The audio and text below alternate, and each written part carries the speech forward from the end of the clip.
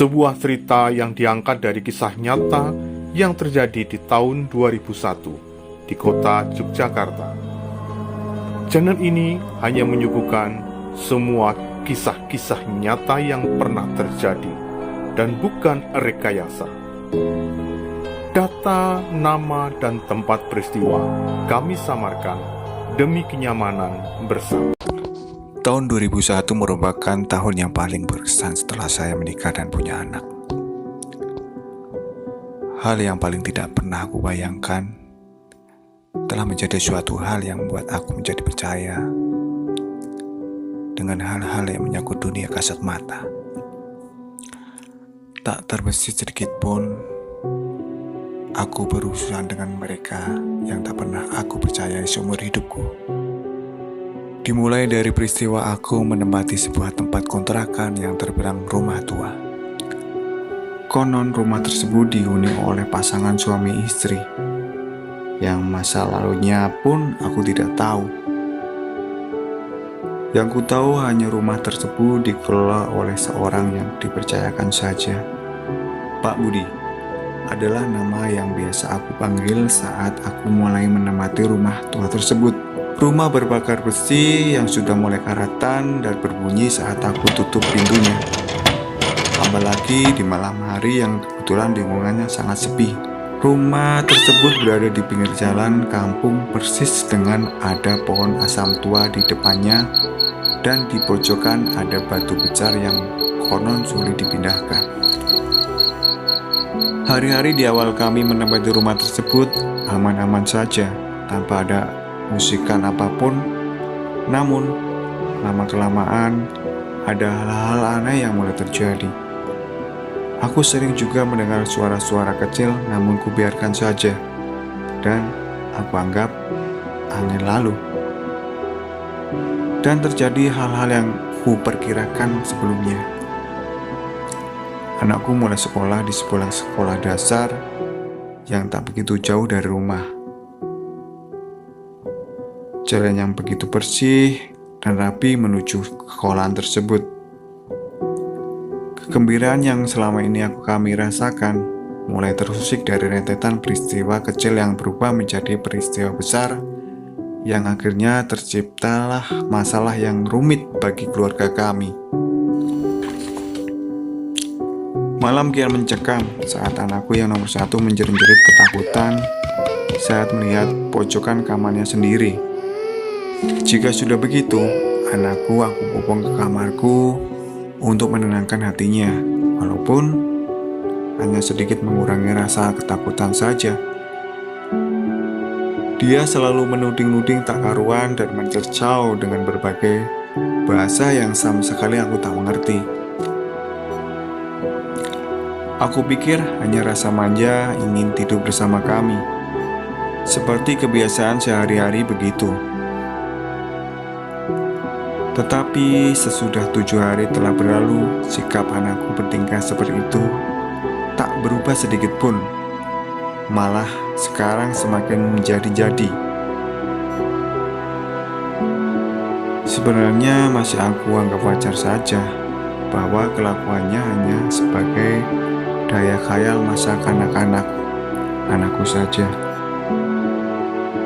Sikapku juga tidak berubah terhadap hal yang terjadi pada anakku.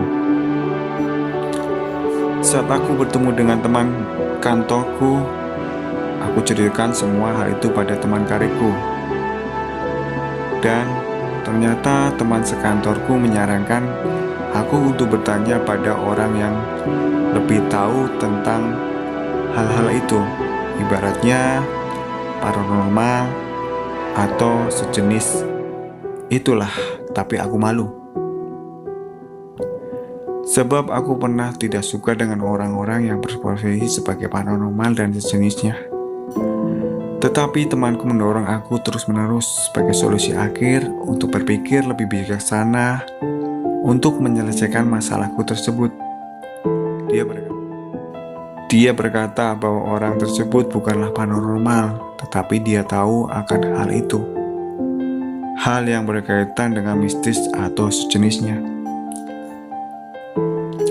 Setelah aku timbang-timbang barang sejenak, aku pun memutuskan untuk pergi ke orang tersebut. Ditemani temanku, walaupun sebenarnya di lubuk hati yang paling dalam, aku bingung dengan apa yang aku lakukan. Namun, apa daya, tak ada jalan lain saat ini. Ternyata dia memang bukan paranormal, tetapi hanya seorang guru ilmu bela diri, pencaksilat, dan pembimbing spiritual. Singkat kata, ngalung ngidur aku pun utarakan semua kejadian yang menimpa anakku. Aku katakan setelah mengikuti tes kenaikan kelas di sebuah sekolah dasar negeri yang lokasinya berdekatan dengan Pasar Ngasem di Yogyakarta, dia mengalami ketakutan tanpa sebab. Dan aku bilang dia diikuti oleh makhluk-makhluk seram berwujud anak-anak kecil berparas menakutkan, tetapi aku hanya berpikir itu khayalan anakku saja. Dan ternyata berlanjut sampai menjelang tidur dan seterusnya. Orang pintar itu hanya mengangguk-angguk dan sesekali tengok kanan kiri serta sedikit tersenyum. Rasa dagdikduk semakin menjadi dalam hatiku. Setengah berbisik orang pintar itu mengatakan, Kamawurung Prayangan. Ada apa denganmu sehingga kamu mengganggu anak orang yang duduk di depanku ini? Aku tak tahu siapa yang dia ajak bicara.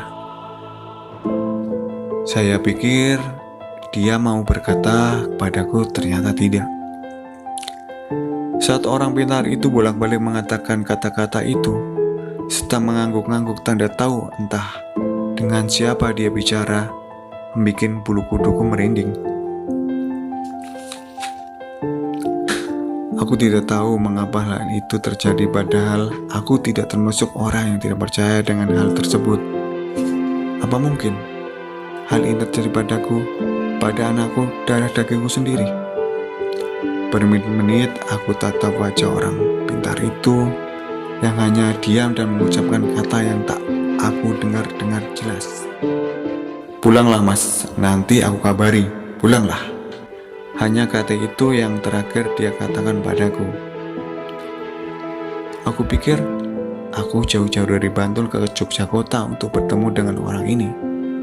Tetapi aku hanya dijawab dengan kata-kata yang tidak memuaskan hatiku dan menjadikan tambah penasaran.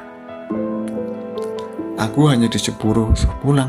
Ya, aku hanya disuruh pulang dan berpikir yang tidak-tidak. Temanku menarik tanganku dan tatap wajahku agar tidak boleh berkomentar apapun. Kami beranjak pergi dan mengucapkan terima kasih sebelumnya. Mas Agus, tolong sampaikan pada temanmu jika anaknya ingin sembuh. Yakinkan dulu hatinya bahwa dunia lain memang ada. Ya pak, saya akan sampaikan. Aku memang tidak terlalu mendengar yang dikatakan orang tersebut pada Agus, kawan karibku. Sebab aku tadi sudah berjalan dulu menuju mobilku yang kuparkir agak jauh dari rumahnya. Di dalam mobil, aku juga tertegun mengapa orang itu tahu isi hatiku.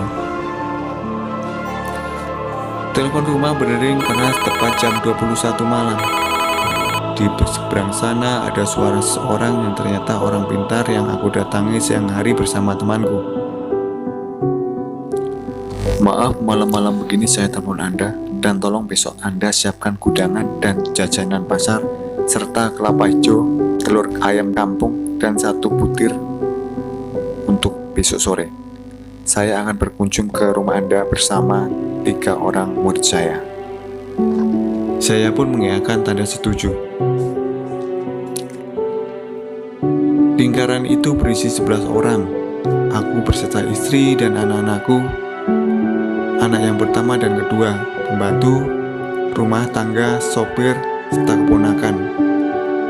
Serta ketiga murid orang pintar tersebut, ditambah beliau. Di tengah lingkaran semua umur rambai tersaji dengan rapi, dan orang pintar membaca doa yang aku tidak tahu. Tiba-tiba rasa kekeh setengah mati antara istri Dan aku saat melihat anakku teriak seperti kesakitan dan takut pada sesuatu. Papa, Papa. Anakku tiba-tiba diam, dingin dan mengerikan, menatap kami dan menatap orang pintar tersebut yang duduk berseberangan dengan kami. Mengapa kau memanggilku? Aku kan sudah bilang mengapa mereka merusak rumahku. Dan aku memang suka sama anak ini. Aku kedinginan, aku tak punya rumah lagi. Memang di depan sekolah anak kami ada pohon besar. 2 minggu yang lalu ditebang sama pihak sekolahan untuk memperluas halaman sekolah. Orang pintar itu mencoba berunding dengan menawarkan ubur rampai yang sudah ada. Hai Gamawurung, jika kau memang bisa kita ajak rundingan, mari kita atur. Kalau bisa kau pergi menjauh dari anak ini, dan sudah aku beri pesangon buat kamu. Orang pintar itu mencoba berunding dengan menawarkan ubur rampai yang sudah ada. Aku pikir-pikir dulu.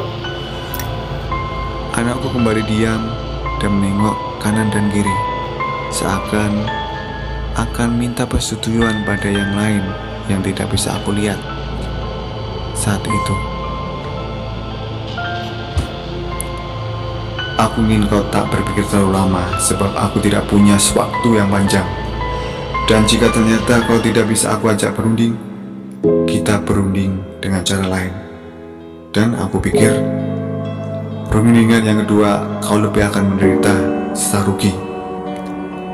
Desa orang pintar itu. Baiklah, tetapi aku minta antarkan kami ke soal itu. Dan jika besok terjadi hal yang sama kepada anak yang lain, kamu saja yang berunding denganku. Lalu mereka kurasakan juga pergi. Dan anehnya saat mereka pergi meninggalkan lingkungan kami, aku dan istriku secara bersamaan seakan-akan melihat sekumpulan anak-anak kecil pergi keluar dari rumahku melewati pintu yang tertutup. Dari dalam seakan-akan mereka menerobos pintu yang tertutup itu. Mulai saat itu, anakku tak takutan lagi, dan aku juga mulai percaya akan yang bersifat tak kasat mata. Ternyata mereka pun bisa kita lihat saat memang takdir kita bisa melihatnya.